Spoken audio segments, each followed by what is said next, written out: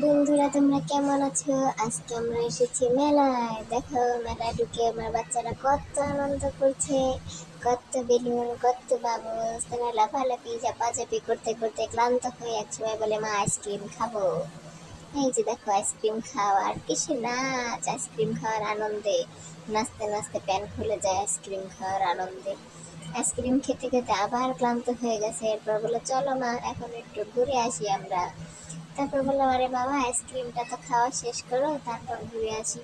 তারপর সে এক মনে আইসক্রিম খাচ্ছে, তো খাচ্ছে, খাচ্ছে তো খাচ্ছে, আইসক্রিম খাওয়া শেষই হয় না।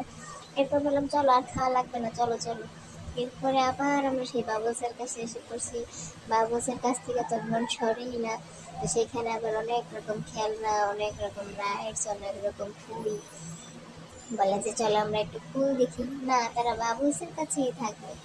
তারপর বললাম, তোমরা থাকো, তাহলে আমি একটু যাই, ফুলগুলো একটু দেখে আসি, ফুলগুলো একটু ধরে আসি, দেখি কিনতে না পারলেও একটু ছবি টবি তুলে আসি ফুলের কাছে। তারপর যাচ্ছি ফুলের কাছে, যেতে যেতে যেতে যেতে অনেক সুন্দর সুন্দর ফুল।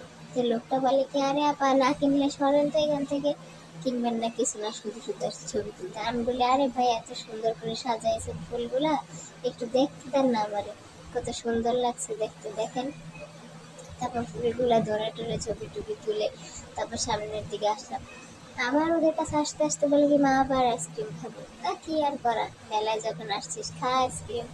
এরপরে তুই যে কি জানি ফ্রুটস দিয়ে বানায় আইসক্রিম, লাইফ লাইফ ফ্রুটস দিয়ে যে বানায়, ভাই জীবনে দেখি নাই, এই মেলায় প্রথম দেখলাম এরকম আইসক্রিম। সেগুলো তাকে কিনে দিলাম। তারপর আইসক্রিম টাইসক্রিম খেয়ে চোখ বললাম, চল বাবা বাসায় যাই, আর আইসক্রিম খাওয়া লাগবে না।